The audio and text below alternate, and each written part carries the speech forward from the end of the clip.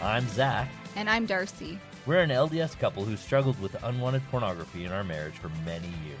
What was once our greatest struggle and something we thought would destroy us has become our greatest blessing and triumph. Our hope is that as you listen to our podcast each week, you'll be filled with hope and healing and realize that you too can thrive beyond pornography and create the marriage you have always desired. Welcome to Thrive Beyond Pornography. We're so glad you're here and we believe in you.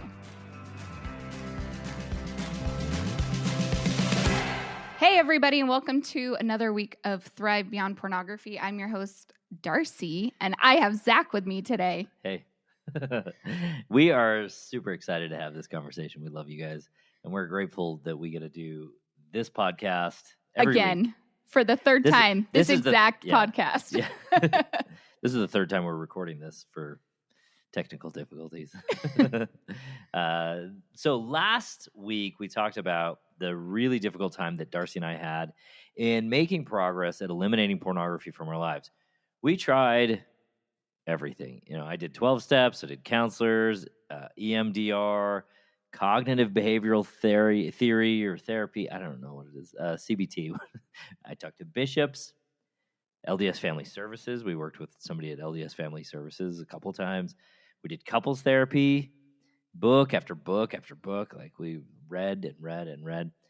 And while I often found valuable information in worthwhile connections in each of these processes, I just wasn't getting the lasting results that I was looking for. And it seemed like something was always missing. I wasn't getting to the underlying issue of what was going on for me. It seemed like everything these processes were designed to do was just about stopping the one habit. What they were missing, and what was missing for me, was that they were not addressing my reason for choosing pornography, and they were not giving me the actionable steps to deal with that underlying issue directly so pornography would stop being something that I would choose to cope.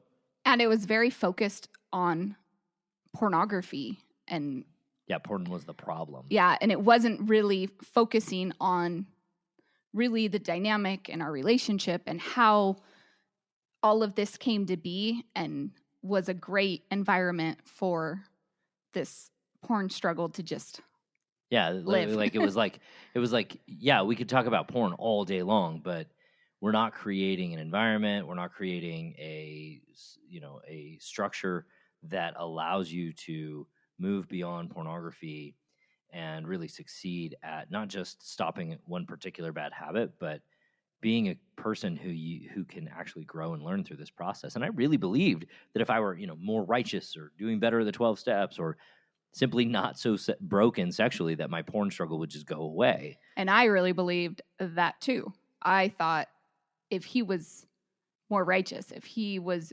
doing more of the things, if he was loving me better, and if he just loved me enough, all of those kind of ideas, that porn would not be a problem.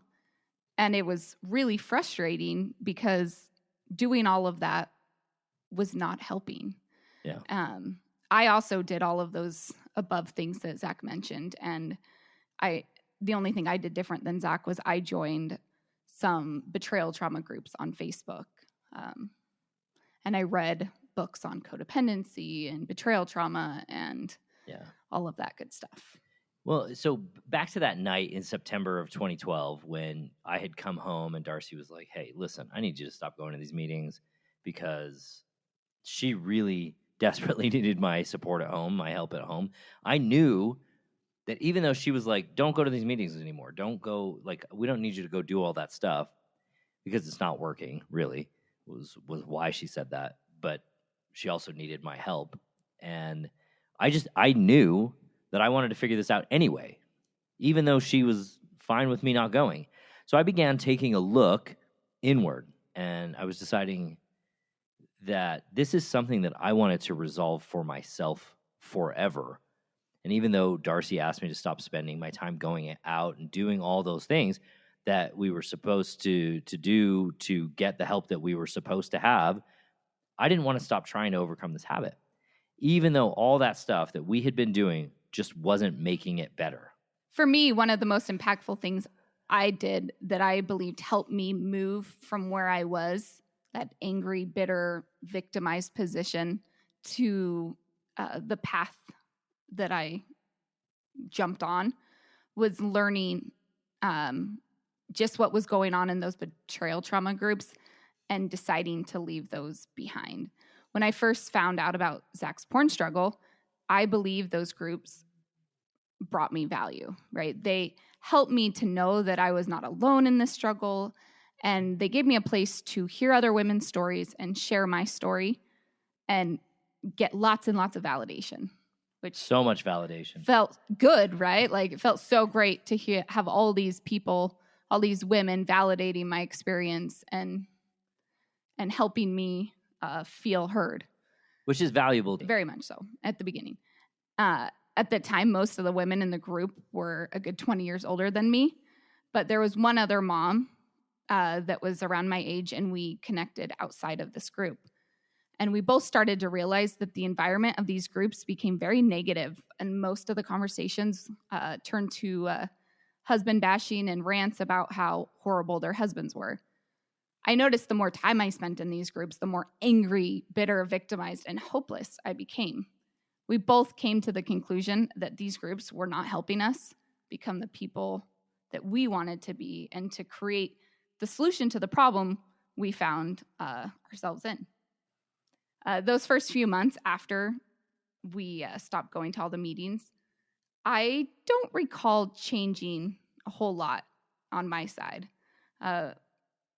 especially surrounding pornography.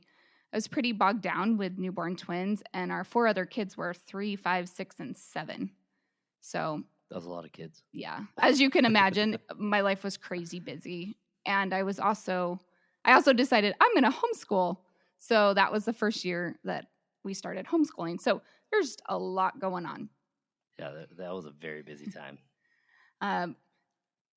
I decided I was going to stop putting all of my mental focus and energy on solving Zach's porn problem. And I started to strive to create a life outside of this struggle.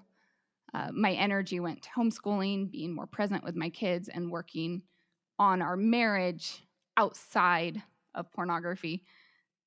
For so many years, I just looked at Zach and was like, porn, like written all over him. And that was pretty much That's such a great what image. I saw him as, right? It was really hard for me to see him as the real person that he was outside of that porn struggle.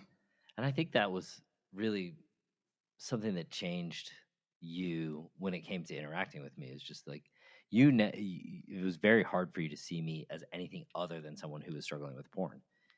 And in that time when you started to shift from, porn is the only problem we have to I gotta be the mom of these kids and doing homeschooling and really starting to focus back in on yourself, I think that changed you dramatically and gave you, I think, a sense of purpose that was beyond just this one problem. So for me, after deciding that, I'm not giving up, I started to spend a little bit of time observing myself more closely. I started to begin tracking the patterns of my choices, and I started to understand that my pornography problem and the struggle that I had with pornography didn't start with just this temptation to view pornography. It wasn't like out of the blue with nothing going on, my brain would be like, hey man, look at porn, right? Like that just didn't happen. What I was learning was that I was not very good at dealing with my unwanted, uncomfortable thoughts, feelings, sensations, and urges. That was the start. So that realization was the start of learning how to really deal with me in a more honest and effective way. That was also the start of learning to let go of trying to manage Darcy's anxieties. And she had anxieties not just around pornography, but with all sorts of things that I had been working to manage her around. So whether it was when I was out of town on business or I was just saying yes to things that I knew would make her happy in the short term, but that would be something I would regret in the long term, I started to give that sort of thing up. In learning to manage me and deal with me more directly, I stopped managing Darcy, and I found that a lot of my difficulty in not choosing pornography became less and less of a struggle. I also became more capable of confronting my own discomforts and dealing with them in a direct manner rather than trying to get around them, which is what I was using pornography to do. I could see that Zach was making big shifts that started to pull me along with him. I could see that he was changing, and I didn't want to be left behind. That's probably what was going on, really. Yeah. That isn't to say that if your spouse is viewing porn, they have to be the one to make the first move. It could have been me that made those first moves all those years ago. But I didn't have the skills, and to be honest, I was really clueless back then. I didn't have a lot of self-awareness. I began to notice that Zach was interacting with me differently than he had been in the past. And in the beginning, it was really, really, really hard for me. How hard? Really, really, really. Like super really. Like super really. Because it was so different. I was very used to Zach accommodating me and giving into whatever I wanted all the time because he was trying to make up for his shortcomings. I was trying to atone for how bad a person I was because I viewed pornography. Yeah. And I very graciously or not so graciously accepted the role of I'm better than you because I don't struggle with porn. And it kept us in that dynamic where no matter what he did, I was always higher than him. I was the good, I was the righteous one, and he was less than. I think in a lot of ways, you can correct me if I'm wrong, Zach was trying to earn his worth and earn his value in our marriage and all these other ways so that I would see him differently than the way I was currently seeing him. For sure. Totally. This became something I had to grow up around and learn to accept. It also became very apparent that Zach was no longer going to sacrifice his own happiness in an effort to try and make me happy. Because no matter how much he sacrificed, it was never really going to make me happy. As much as I wanted to believe in that fairy tale that I was going to marry this perfect man and he was just going to fulfill me and make my life just so beautiful and dreamy, and I would be the happiest person on earth with all these beautiful babies and we would live happily ever after, that was not what we were experiencing. Disneyland's calling. They want their plot back. Yeah. So I had to live in the present moment more than living in the past or in the future. When I was living in the past, right, I would get angry and resentful. And when I was living in the future, I would get fearful or I would get anxious and worry about, well, what's going to happen in the future? What's going to happen?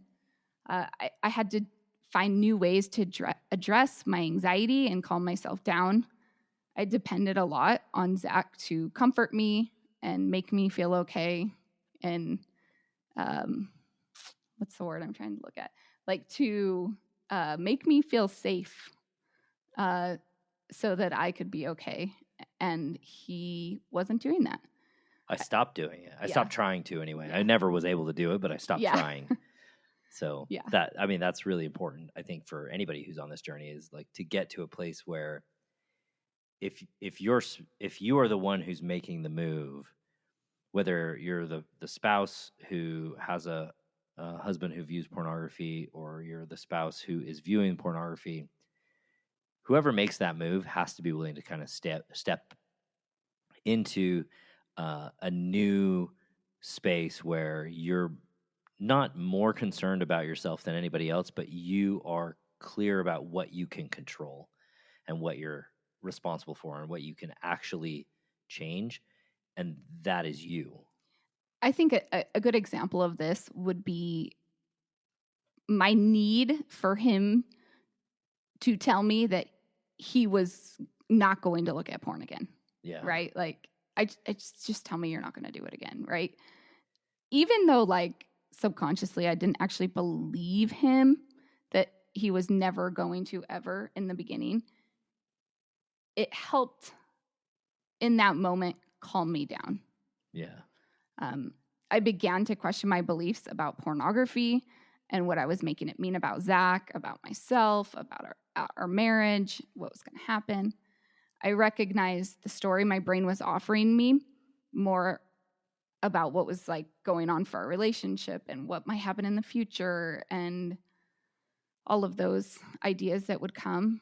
I stopped being the victim of Zach and porn, and I started to face it head on. It became Zach and I versus porn, instead of, in the beginning, it was Darcy versus Zach, and porn was in the middle of us and had all the power on both ends. Yeah, that was brutal. I look at marriage and just trials that we go through in life. If we can face our trials together, we're so much stronger than if we're fighting against each other to try and solve our problems. It's I really think you're not much a more good... likely to succeed too. Yeah. I mean, no matter how you shake it, together we can resolve whatever. Mm-hmm. Yeah. Real progress started to happen for both of us. Things began to feel lighter, and our progress was visible, right? My friends were noticing a change in us, and they noticed a change in both me and Zach, and just our overall dynamic. Yeah. I started to question what role I played in our dynamic, and I began cleaning up my side of the street. I was willing to see what was going on in this dance that we had created. I was not to blame for his porn struggle or the lying, but with love and compassion in my heart for both myself and Zach, I was able to see the ways which my behavior contributed to our current situation. And I think that's a really good point you're making, that you're not to blame for the choices of your partner, your spouse, whatever that looks like. You are, however, capable of engaging that relationship differently than you have in the past to allow for change to occur. Mm-hmm. Meaning, like, you know, if instead of it being the person who's viewing pornography making the changes first, it's the spouse who doesn't want pornography in their relationship, but is saying, okay, I can start to recognize how I'm contributing to this, and I'm willing to make a change around that, regardless of whether my spouse stops viewing pornography. I can make a difference in this relationship. And that may result in your partner overcoming pornography, but it also may just result in you becoming a better person, creating the person that you want to be, and maybe your spouse will come along. And the person that you're happy with, say 90% of the time. Yeah. The best part about seeing my part, even though it was way easier and way more comfortable to just blame all of our struggles on Zach, right? It was easy. Like I genuinely could blame everything that was going on in our relationship, every trial that we were having, every argument, every fight. I could blame it essentially on Zach. And everybody would agree with you. He struggled with porn, and I could get an army of women to stand behind me and support me as, yes, he is the problem here. And for a lot of years, that's what I did. But it didn't ever create the results that we wanted in our marriage. And it didn't give me any power to create change. When I was willing and able to see my faults and the areas in which I could improve, I started to grow and mature in real and tangible ways.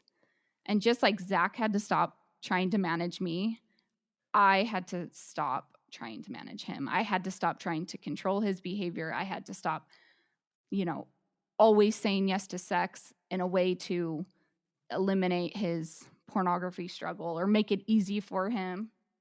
And that's hard. It's hard to give up that false sense of control that we think we have by trying to manage our partner. Yeah, I really appreciated it when you stopped managing me. And part of that for me was taking back control, like not ceding control or management to you when I felt like I didn't want to. Those things where I thought you might be overstepping and trying to manage me, I would have to step in and say, okay, I'm not really willing to allow that anymore. And it's not an unkind conversation. It's just I'm in charge of this, and this is mine, and I'm going to take care of it. And as I stopped viewing pornography, I started to see better where I was not showing up in our relationship, and I was able to more capably choose to be the person I wanted to be because I wanted it. And that was not because I was supposed to, or that I had to fulfill this role, or my wife wanted me to be, or the church wanted me to be, or whatever it was. It wasn't this like, here's an obligation that you're not meeting and you have to meet it. It was, who do I actually want to be, and how do I live that in a way that is meaningful and fulfilling? And honestly, this was kind of a place that we got stuck for quite a while. It didn't get that much better. It was like Darcy and I were just kind of refounding our relationship, and we had learned a new way of thinking about pornography. I had moved beyond pornography as a daily habit and a weekly habit, as a habit in general. And Darcy had moved beyond betrayal and being the victim and staying in that space where everything was happening to her. And we were recreating the relationship from the ground up. We had 6 kids, which meant lots of responsibilities, and we had a desire to love each other. That became the platform on which we founded ourselves and started to create the change. One story that stands out in our shift from the old us to the new us was when I stopped accepting duty sex. So Darcy had to stop saying yes to it, and I had to stop saying yes to it. For many people out there, some of you are like, wait, don't say yes to sex. That sounds like a bad idea. I might never get it. Right. I might never get sex again. And for many of you, like, any sex is better than no sex, and duty sex is just fine. In my transformation from where we had been to where I was, I didn't want to be a chore that Darcy just needed to check off her task list. I didn't want to be someone that she just dealt with. I wanted to be desired. I wanted to be wanted. Anytime we had sex that she was doing it to just manage me or solve for my nagging, I would feel gratified in the moment, but ultimately I would feel unsatisfied in who I had been, what our relationship looked like, and it was just not a fulfilling activity in that broad scheme of things. So I stopped saying yes when Darcy just wasn't fully present and into our intimate sexual interactions, and that was not easy. It was actually quite painful each time, and I would have to actively observe myself going through the feeling of rejection and then choosing closeness with Darcy. For me, it wasn't easy either, because for so many years, that was something that I did, right? Whether it was always consciously, I would have sex with Zach, because part of it was like, that's kind of my job, right? Like, that's my role as a wife. I'd been told, like, don't ever turn your spouse down because they might choose to go look at pornography, or maybe even worse, right? And so in the back of my mind, I had this idea that it was kind of my job to have sex with my husband. And at first, when I would say no, I would be like, are you sure? Is it okay? Are you okay? Are you mad at me? Right? Like, and I would have to say, I didn't have to say, but I would say, yeah, I'm okay. I'm not mad. And that wasn't because I was trying to manage her. It was because I was working through the sense that she didn't want me. I was internally going through the process of understanding my own emotions, understanding the feeling of rejection, dealing with that feeling of rejection, and recognizing, first of all, that when she was saying no, it wasn't about me. And when I was feeling rejected, that wasn't about her either. It was about my own sense of self. And, I was never mad, but occasionally I would say I'm disappointed. But I would also say with that I didn't want to have sex unless we were both into it and we were both willing to participate and fully create something that was for us. I was never that articulate in the moment, but the truth was that was what it was about. It was about us coming together, not me getting something that I wanted. And I had really grown to dislike the idea that sex was just for me because I had quote unquote needs. That was a long time coming, and I wish I had someone who could have guided us there and like more quickly given us the process that we went through and a roadmap maybe to see where we were going, because we had no idea. And I realized that we would have had to go through that process ourselves regardless, because you really can't make these changes without earning them. I will say, however, that it would have been really nice to have an ally who, had been to the top of the mountain and was willing to show us the way. As we worked through that and a lot of different issues like that, it started to create this momentum. And over time, something really miraculous, I think, began to happen. Darcy became free. in our relationship to be herself, to engage with me from a place of love and trust. And then she began to desire me. It's amazing how when you take sexual intimacy out of your checklist, your job, your duty, and create a space for it to be a place of freedom and love and self-expression, how amazing it can be and how rewarding and how fulfilling it truly is. And that didn't come easy. No, it took a lot of work on both of our parts, right? Yeah. For me, it really was, I had to go through those emotions of being strong enough to say no. And in the beginning, that created some hard feelings for Zach. Yeah. And he, in the past, he would have pouted about it and been grumpy, and he would have poked me all night and tried to get it going, right? And just bug you until, hey, come on. Hey, let's start this old lawnmower. Are you ready now? Yeah. You've been asleep for an hour. Are you ready now? Right? That kind of dynamic. And the growth that occurred in this area of our life was huge. Yeah, and we started to become a couple that we wanted to be. We started to become a couple that was choosing each other. We learned how to disagree differently. We stopped trying to manipulate each other to get what we wanted. Like, an example of this was Zach would give me a massage. And I knew when he was giving me a massage exactly what was going to happen next. And I could feel that. And it became a pattern of, it was almost like an agreement of like, okay, fine, you give me what I want, a massage, and then you take what you get and there's what you want. Yeah. And when it's funny because I look now and I think, okay, now we can do the same exact actions. He could give me a massage and then we could have sex. But the feeling behind it is amazing, and it's not taking, and it's not coming from this entitlement, this like selfish drive.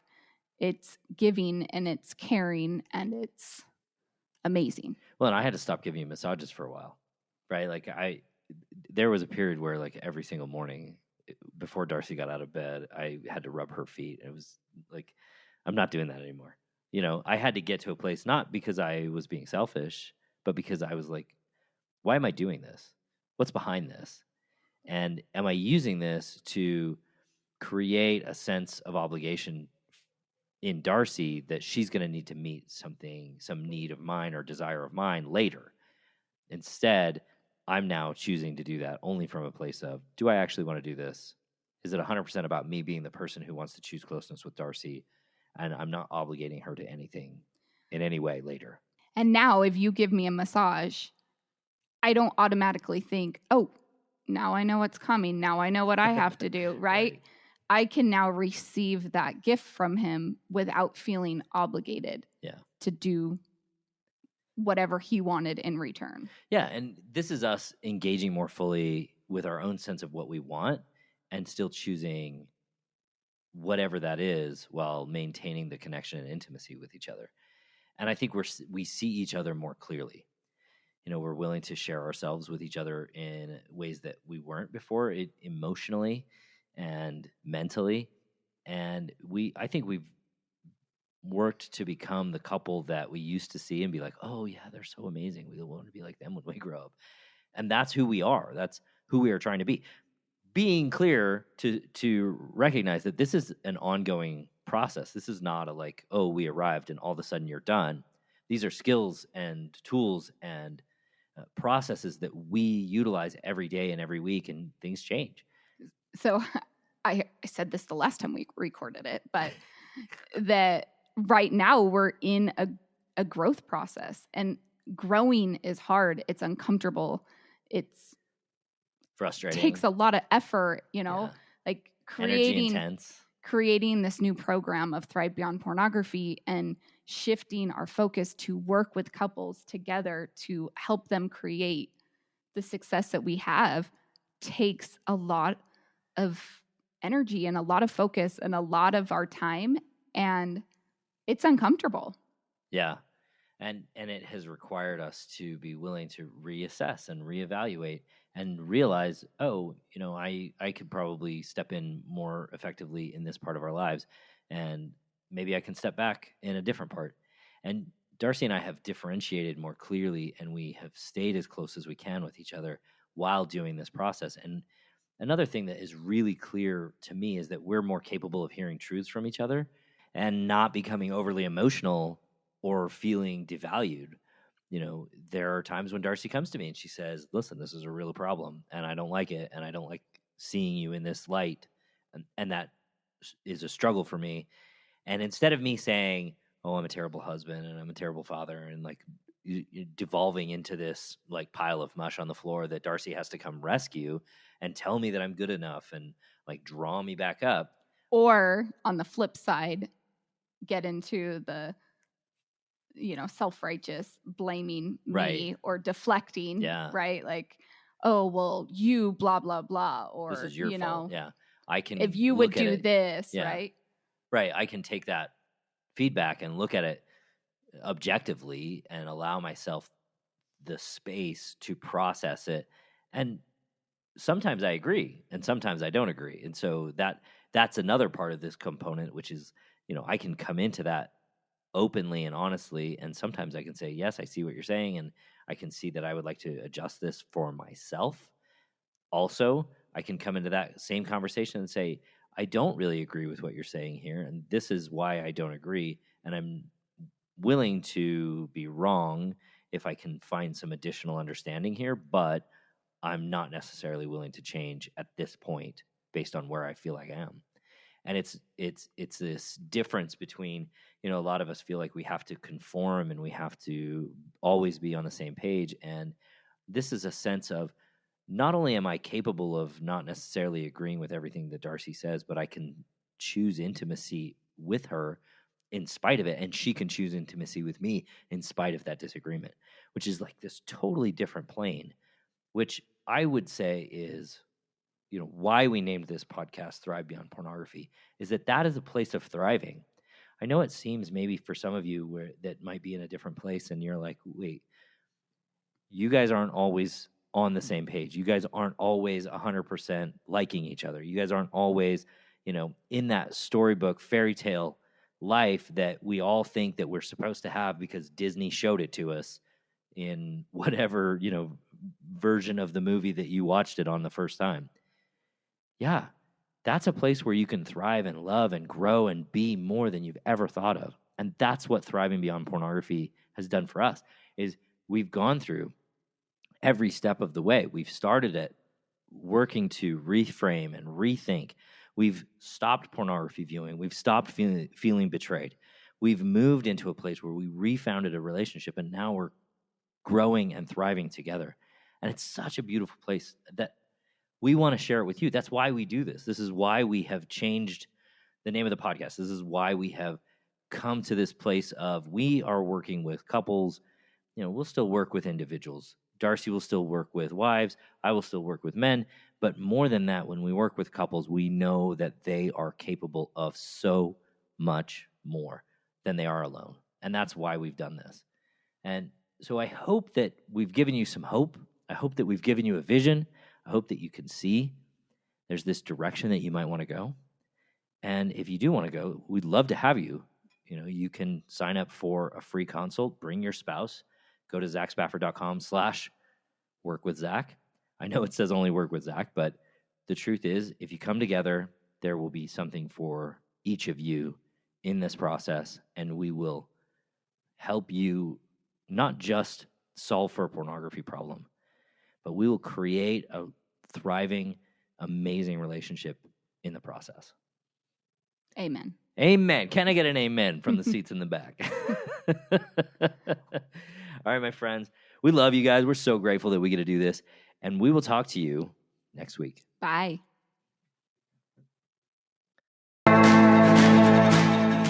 Thanks for listening to Thrive Beyond Pornography. If you're seeking guidance and support to overcome pornography for good and begin creating a thriving life beyond it, check out my free webinar, How to Overcome Pornography with Skills That Actually Work.